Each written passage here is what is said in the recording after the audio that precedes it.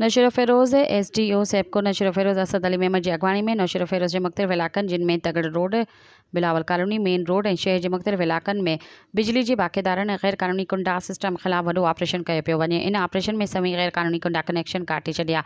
Connection काटण सां गॾु डिफ़ॉल्टरनि ख़िलाफ़ पिणु कार्रवाई कंदे बिल अदा न कंदड़नि खां बिल वसूल कया विया। इन मौक़े ते SDO सेप्को नौशर फ़िरोज़ असद अली मीडिया सां ॻाल्हाईंदे चयो त सार्फ़िन ॾे लखें रुपया बकाया रहियल आहिनि। खेनि हर वक़्त में बिल पियारणा पवंदा। ॿी सूरत में डिफ़ॉल्टरनि ख़िलाफ़ केस दाख़िल कराया वेंदा।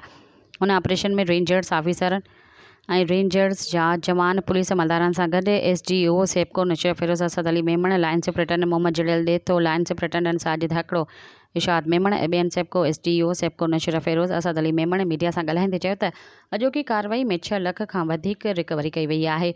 सभई गैर क़ानूनी कनेक्शन ख़त्म कया विया आहिनि। हुननि जो वधीक चवणु हो त जेसिताईं समूरा गैर क़ानूनी कनेक्शन ख़त्म नथा कया वञनि हीउ ऑपरेशन जारी रहंदो। सब्सक्राइब कयो अवामी न्यूज़ HD खे ऐं ताज़ा तरीन ख़बरुनि लाइ ॾिसंदा रहो अवामी न्यूज़ HD।